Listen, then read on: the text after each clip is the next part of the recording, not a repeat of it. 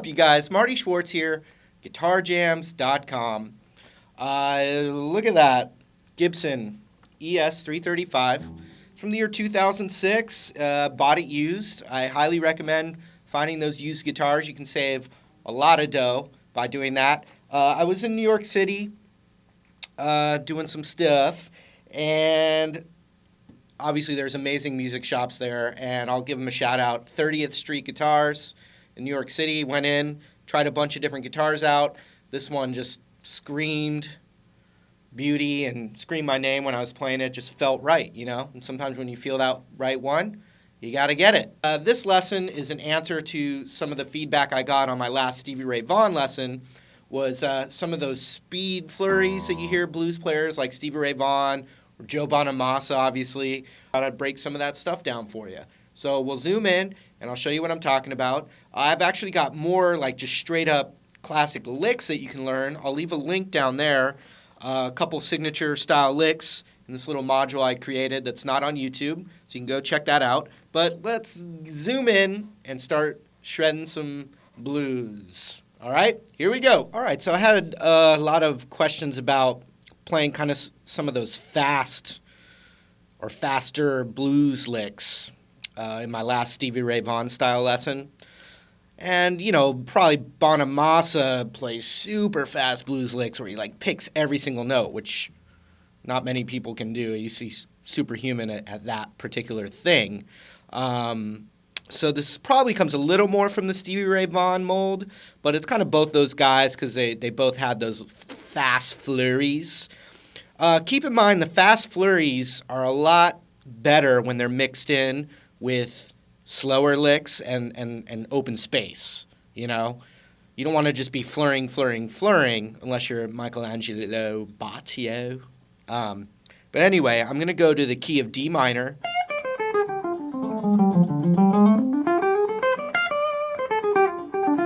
And so the things that you definitely want to practice are the blues scale. And I've had a lot of students who forget to get that blues note in there on that G string there. So if we're right there on the 10th fret, we got 10, 13, then 10, 11, 12. 10, 13, 10, 12, 13, that pinky right there, or sliding with it. Then you've got 10, 13, 10, 13. The other thing, though, is that extension, you know, which would be 8, 10, 8, 10, slide up.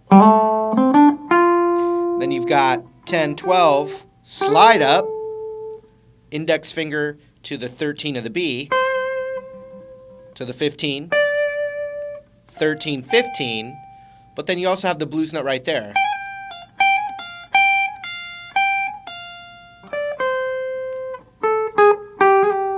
There's that blues note again.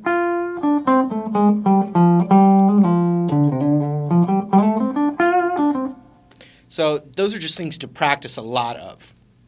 But here is something that I do a lot, and I just kind of figured out a certain picking and fingering combination just from practicing a lot. You know, I didn't tab out someone's solo to do it. I listened a lot and then played a lot. I think that's probably better. I'm not saying don't tab your favorite solos, but it's probably better to like listen a lot and then play a lot and to try and emulate it from listening as opposed to just picking out every single thing. Okay, so check this out.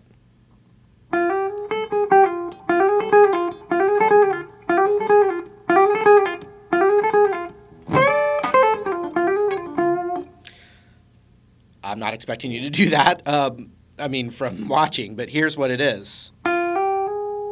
See that? So I'm picking the G string with my index planted on the 10th, and then I'm hammering the 12th and the 13th, all with that first pick.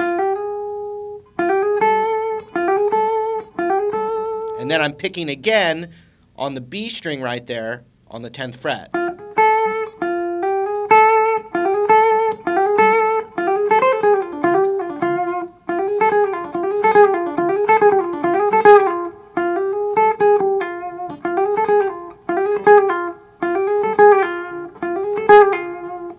so check this out now. Picking that, and then I go back. So on that G string, I'm hitting 3 notes with one pick on the way up and on the way back.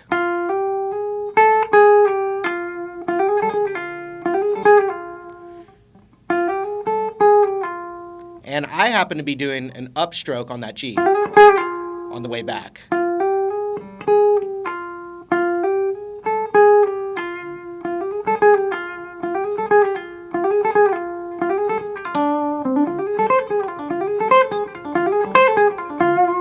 Now you can add a pull off from the 13th on the B string back to the 10. Watch this. And I'm doing the upstroke on that B string.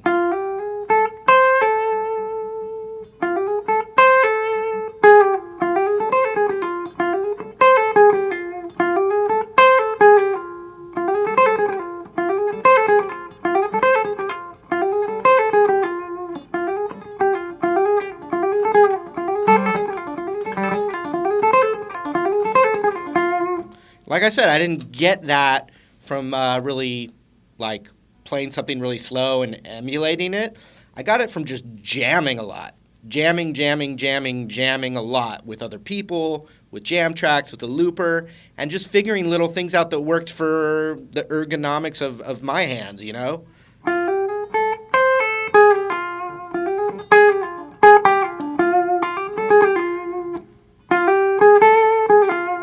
But you can see that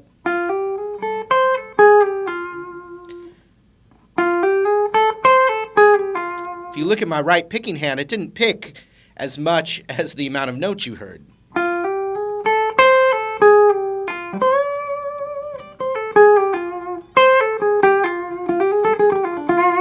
And sometimes I'll pick it different ways, you know? But that's one way to get a lot faster than trying to, you know, picking every note, which, you know, Bonamassa, Eric Johnson, they do that amazingly. But that's why they're, you know, selling out those giant theaters. Or there's other reasons too, but you know what I'm saying. You know, some people just have that magic, that voodoo magic.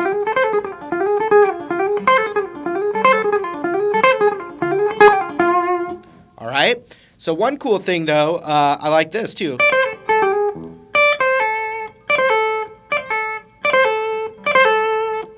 That was 3 notes with 2 picks. I did a down pick on the high E. Then I did that pull off.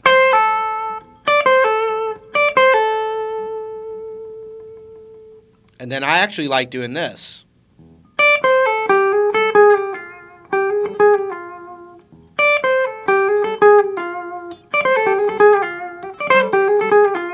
Lots of just different combinations, but a lot of it's that hammer-on pull-off vibe for me anyway. Then I like to go like this sometimes. Instead of all 3, I can just do the 12th fret on the G string and hammer that blues note back to this again. See that?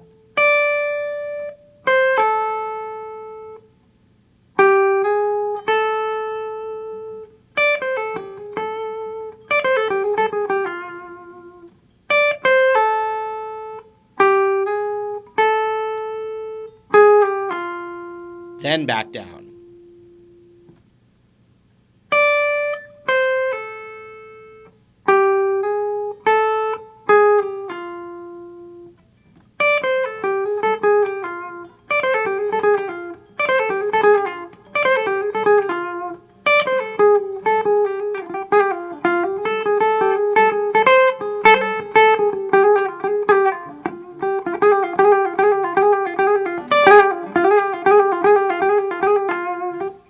Combining with a little quick slide back and forth between the 12 and 13, that blues note. So adding that with those other ideas. See that?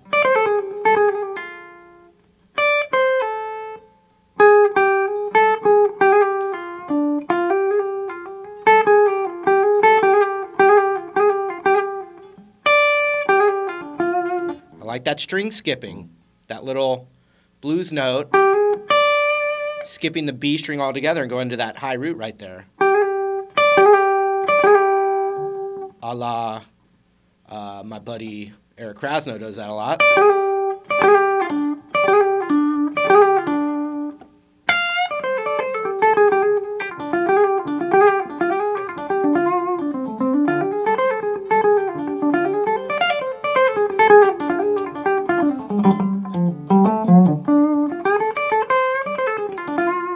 So then another thing is going into that kind of Stevie Ray Vaughan thing where you do the G string bend, followed by the B, and then the high E.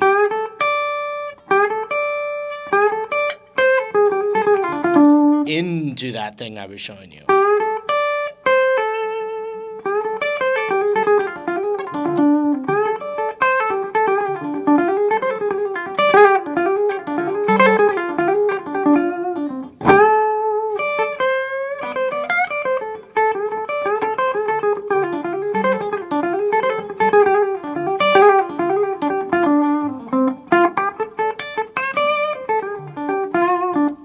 But when you're playing the pentatonic scale, you'll notice like just the pentatonic scale, there's most of the spots are just 2 notes per string. So it's harder to get those fast flurries.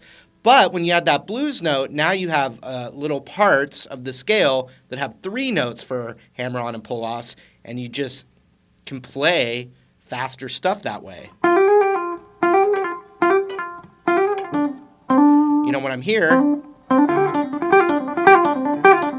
I got to go to another string, and that was all lots of hammer-on pull-offs too. And GuitarJams.com has a lot of these exercises, by the way.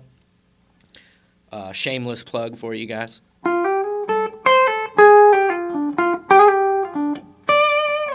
All right. Now, a lot of those ideas and concepts can kind of exist in the lower strings here. You know?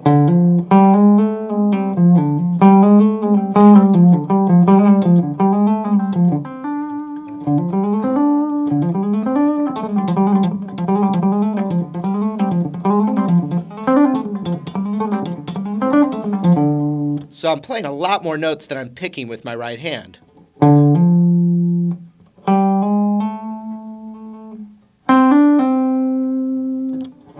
And he does a lot of stuff, you know, like I said, I mean, it's just ridiculously fast and efficient and you know, really impressive.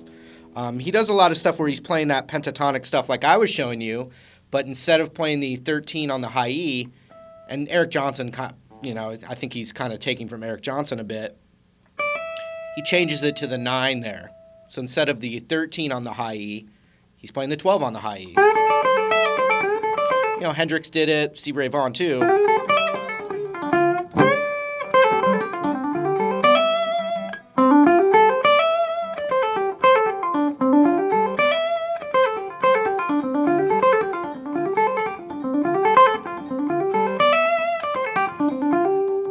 Once again, you could rewind that, look at my right hand, not doing as much as my left hand was. That's not how Bonamassa typically does it, but that would be a similar run that he would do.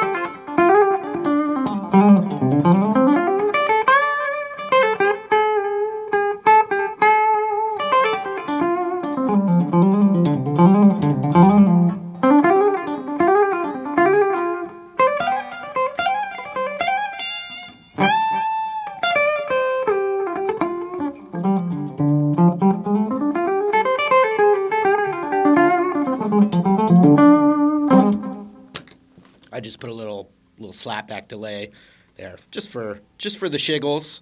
Anyway, try some of that stuff out. Go super slow, and then speed it up. All right, hope you had fun with that. Got those signature licks. Click down there. You can check it out. Thanks for hanging out. I hope you got something from that. And we'll see you in another lesson real soon. Take care.